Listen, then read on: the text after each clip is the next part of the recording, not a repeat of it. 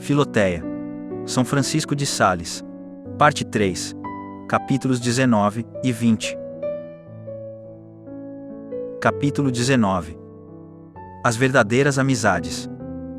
Ó Filoteia, ama todos os homens com um grande amor de caridade cristã, mas não traves amizades senão com aquelas pessoas cujo convívio te pode ser proveitoso, e quanto mais perfeita forem estas relações, tanto mais perfeita será a tua amizade.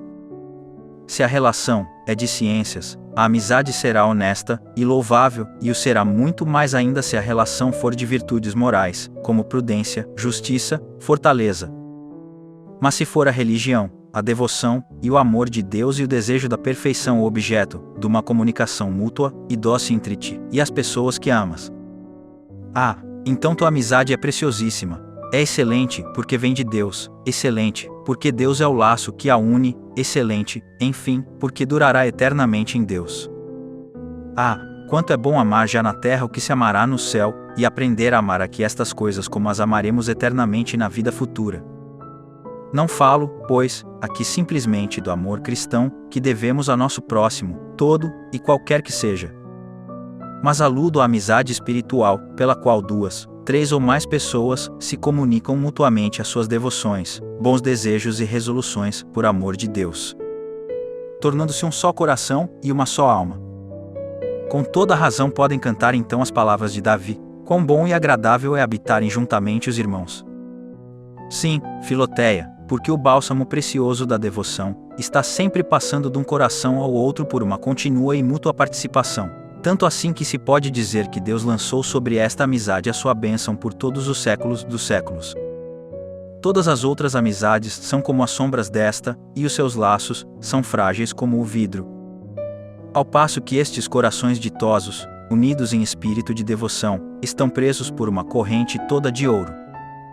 Filoteia, todas as tuas amizades sejam desta natureza, isto é, todas aquelas que dependem de tua livre escolha, porque não deves romper nem negligenciar as que a natureza e outros deveres te obrigam a manter, como em relação a teus pais, parentes, benfeitores e vizinhos. Hás de ouvir talvez que não se deve consagrar afeto particular ou amizade a ninguém, porque isto ocupa por demais o coração, distrai o espírito e causa ciúmes. Mas é um mau conselho, porque, se muitos autores, sábios e santos ensinam que as amizades particulares são muito nocivas aos religiosos, não podemos, no entanto, aplicar o mesmo princípio a pessoas que vivem no século, e há aqui uma grande diferença. No mosteiro, onde há fervor, todos visam o mesmo fim, que é a perfeição do seu estado, e por isso a manutenção das amizades particulares não pode ser tolerada aí, para precaver que, procurando alguns em particular o que é comum a todos, passem das particularidades aos partidos. Mas no mundo é necessário que aqueles que se entregam à prática da virtude se unam por uma santa amizade, para mutuamente se animarem e conservarem nesses santos exercícios. Na religião os caminhos de Deus são fáceis e planos, e os que aí vivem se assemelham a viajantes, que caminham numa bela planície, sem necessitar de pedir a mão em auxílio. Mas os que vivem no século, onde há tantas dificuldades a vencer para ir a Deus, se parecem com os viajantes, que andam por caminhos difíceis, escabrosos e escorregadiços, precisando sustentar-se uns nos outros para caminhar com mais segurança. Não, no mundo nem todos têm o mesmo fim e o mesmo espírito, e daí vem a necessidade desses laços particulares que o Espírito Santo forma e conserva nos corações que lhe querem ser fiéis. Concedo que esta particularidade forme um partido, mas é um partido santo, que somente separa o bem do mal, as ovelhas das cabras, as abelhas dos zangões, separação esta que é absolutamente necessária. Em verdade não se pode negar que Nosso Senhor amava com um amor mais terno e especial a São João, a Marta, a Madalena e a Lázaro, seu irmão, pois que o Evangelho o dá a entender claramente. Sabe-se que São Pedro amava ternamente a São Marcos e a Santa Petronila, como São Paulo ao seu querido Timóteo, e a Santa Tecla. São Gregório Nazianzeno, amigo de São Basílio, fala, com muito prazer e eufania de sua íntima amizade, descrevendo-a do modo seguinte: parecia que em nós havia uma só alma, para animar os nossos corpos, e que não se devia mais crer nos que dizem que uma coisa é em si mesma tudo quanto, e não numa outra. Estávamos, pois, ambos em um de nós e um no outro. Uma única e a mesma vontade nos unia em nossos propósitos de cultivar a virtude, de conformar toda a nossa vida com a esperança do céu, trabalhando ambos unidos, como uma só pessoa, para sair, já antes de morrer, desta terra perecedora.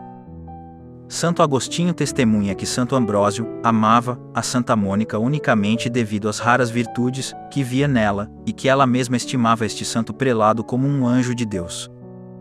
Mas para que deter-te tanto tempo numa coisa tão clara? São Jerônimo, Santo Agostinho, São Gregório, São Bernardo, e todos os grandes servos de Deus tiveram amizades particulares, sem dano algum para a sua santidade. São Paulo, repreendendo os pagãos pela corrupção de suas vidas, acusa-os de gente sem afeto, isto é, sem amizade de qualidade alguma. Santo Tomás reconhecia, com todos os bons filósofos, que a amizade é uma virtude e entende a amizade particular, porque diz expressamente que a verdadeira amizade não pode se estender a muitas pessoas. A perfeição, portanto, não consiste em não ter nenhuma amizade, mas em não ter nenhuma que não seja boa e santa. Capítulo 20. Diferença das amizades vãs e verdadeiras. Vou te dar agora, Filoteia, um aviso importantíssimo e uma regra geral. O mel de Heracleia, de que já falei, e que é um veneno muito destrutivo, assemelha-se muito ao mel ordinário, que é tão saudável, e há grande perigo de tomar um pelo outro, ou de tomar uma mistura de ambos, porque a utilidade de um não impede a malignidade do outro. Também quanto às amizades é preciso muito cuidado, para não nos enganarmos, principalmente tratando-se de uma pessoa de sexo diverso, por melhores que sejam os princípios que nos unam a ela, pois o demônio tapa os olhos aos que se amam. Começa-se por um amor virtuoso, mas, se não se tomarem precauções prudentes, o amor frívolo se vai misturando e depois vem o amor sensual e por fim o amor carnal. Sim, mesmo no amor espiritual, não se está livre de perigo, se não se sabe premunir-se de desconfiança e vigilância, conquanto o engano aqui não seja tão fácil, porque a inocência perfeita do coração descobre imediatamente tudo o que se pode ajuntar aí de impuro, assim como as manchas aparecem muito mais sobre o branco. Eis aí a razão por que, quando o demônio quer corromper um amor todo espiritual, o faz com mais astúcia, tentando ver se pode sugerir primeiro algumas disposições menos favoráveis à pureza. Para discernires bem entre a amizade santa e a amizade mundana, grava na memória as regras seguintes.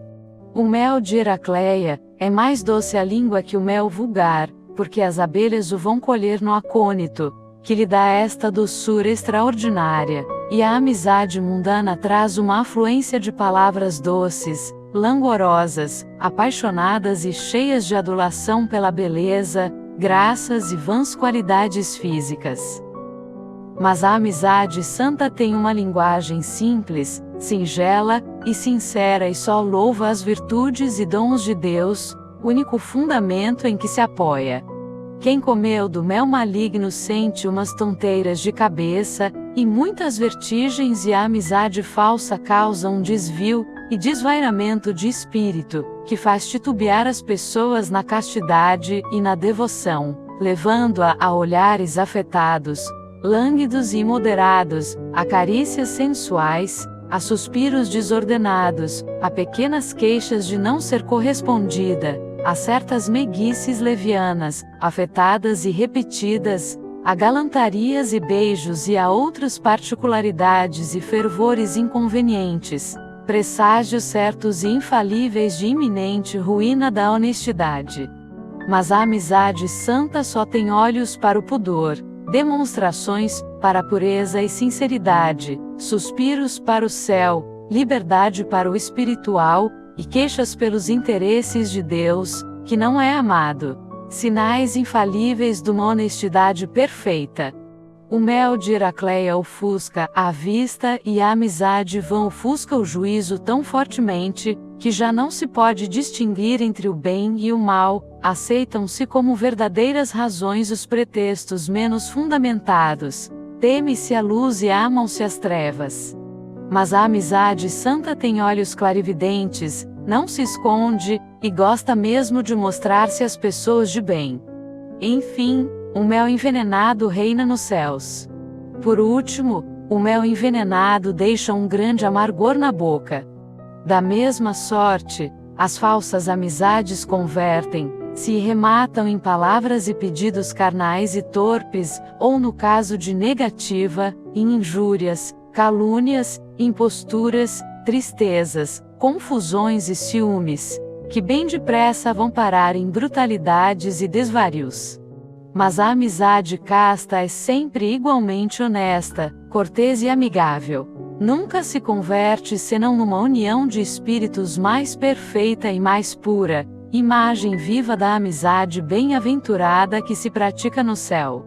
São Gregório Nazianzeno diz que o pavão, gritando quando faz sua roda, excita sobremaneira as fêmeas, que o escutam. Quando vemos um homem pavonear, se enfeitar-se, e vir assim dizer, chocarrices, xistes e palavras doces aos ouvidos de uma mulher, ou, de uma moça sem intenção de justo matrimônio, sem dúvida que não é senão para arrastar a alguma desonestidade. A mulher séria e honrada tapará os ouvidos para não ouvir os gritos desse pavão, e a voz do encantador, que a quer enfeitiçar e prender com finezas. E se ela der ouvidos, ó meu Deus, que mau prenúncio da futura perda de sua alma. Os jovens que fazem gestos, carícias e dizem palavras em que não gostariam de ser surpreendidos por seus pais, mães, maridos, esposas ou confessores, mostram com isso que tratam de coisa alheia à honra e à consciência. Nossa Senhora perturbou-se vendo um anjo em forma humana, porque estava só e ele lhe tecia elogios sublimados, embora celestiais. Ó Salvador do mundo, a pureza teme a um anjo em forma humana, e porque não há de a impureza temer um homem, ainda que lhe apareça em figura de anjo, quando a louva com louvores sensuais e humanos. E se já estás presa nas redes destes amores loucos, ó Deus, como te será difícil soltares-te. Põe-te diante da sua divina majestade, reconhece na sua presença a enormidade da tua miséria, a tua fraqueza e vaidade, depois, com o maior esforço de coração que te for possível, detesta estes amores começados, abjura a vã profissão que deles fizeste, renuncia a todas as promessas recebidas e, com uma grande e muito decidida vontade, põe prazo ao teu coração, e resolve nunca mais entrar nestes jogos e diversões de amor. Se te podes afastar do objeto deles, sem restrições o aprovo. Porque, como os que foram mordidos pelas serpentes não podem facilmente sarar na presença dos que noutra ocasião foram feridos pela mesma mordedura. Assim também a pessoa que está picada do amor dificilmente sarará desta paixão, enquanto estiver perto da outra que tiver sido atingida pela mesma picadura. A mudança de lugar serve sobremaneira para abrandar os ardores e inquietações, quer da dor, quer do amor. O mancebo de quem fala Santo Ambrósio no segundo livro da penitência, tendo feito uma longa viagem, tornou-se em absoluto liberto dos loucos amores a que se entregara, e ficou de tal sorte mudado, que a louca namorada, encontrando-o, e dizendo, não me conheces? Eu sou a mesma. Ele respondeu, sim, mas eu não sou o mesmo. A ausência tinha operado nele esta feliz mudança. E Santo Agostinho testifica que, para mitigar a dor que teve com a morte do seu amigo, se retirou de Tagaste, onde ele morrera, e foi para Cartago. Mas quem não pode afastar-se, que deve fazer? É preciso a todo custo cortar por toda a conversa particular, por todo o entretimento secreto, por toda a meiguice e requebro no olhar, por todos os sorrisos e, em geral, por toda a espécie de comunicações e incentivos, que podem alimentar este fogo que tão mau cheiro exala e tanto fumo despende. Quando muito, se é forçoso falar ao cúmplice, que seja apenas para declarar, por uma audaciosa, curta e severa protestação, o eterno divórcio que se jurou. Eu grito bem alto, a todos os que caíram nestes laços dos namoros, cortai, despedaçai, quebrai. É preciso não perder tempo a descoser estas amizades loucas, é preciso rasgá-las e despedaçá-las, não sei onde desatar os nós, é preciso parti-los ou cortá-los, pois afinal de contas esses cordões e ligaduras para nada servem. Não há razão para fazer caso de um amor que é tão contrário ao amor de Deus. Mas depois de eu ter assim quebrado os grilhões desta infame escravidão, ainda me ficará dela algum sentimento e saudade, e as marcas e os sinais dos ferros ainda ficarão gravados em meus pés, isto é, nas minhas afeições. Não o farão, Filoteia. Se conceberes tamanho ódio e aversão pelo mal, como ele merece. Porque, se isto for assim, nunca mais serás agitada por nenhum movimento, afora o de um extremo horror por este amor infame e por tudo o que dele depende, e ficarás livre de toda a afeição pelo objeto abandonado, e só com uma caridade puríssima para com Deus. Mas, se pela imperfeição do teu arrependimento te ficam ainda algumas inclinações más, procura para a tua alma uma solidão mental, conforme mais acima te indiquei, e acolhe-te a ela o mais que possas, e por meio de repetidas aspirações renuncia a todas as tuas inclinações. Detestas com todas as tuas forças, lê, com mais frequência do que costumas, livros de devoção, confessa-te mais a miúde do que é teu costume, e comunga. Trata humilde e francamente de todas as sugestões e tentações, que neste ponto te saltearem, com o teu diretor, ou senão, ao menos com alguma alma fiel e prudente, e não duvides de que Deus te livrará de todas as paixões, contanto que perseveres fielmente nestes exercícios. Ah, me dirás tu, mas não será ingratidão romper tão desapiedadamente com uma amizade? Oh, que ditosa é a ingratidão que nos torna agradáveis a Deus! Não, podes crer-me, Filoteia, não será ingratidão, será até um grande benefício que farás ao amante. Porque, quebrando as tuas cadeias, quebrarás as suas, pois vos eram comuns e, embora ele por enquanto não fique ciente e inteirado da sua felicidade, há de reconhecê-la sem muita tardança, e convosco cantará em ação de graças. Ó Senhor, vós quebraste as minhas cadeias, eu vos sacrificarei a hóstia de louvor, e invocarei o vosso santo nome.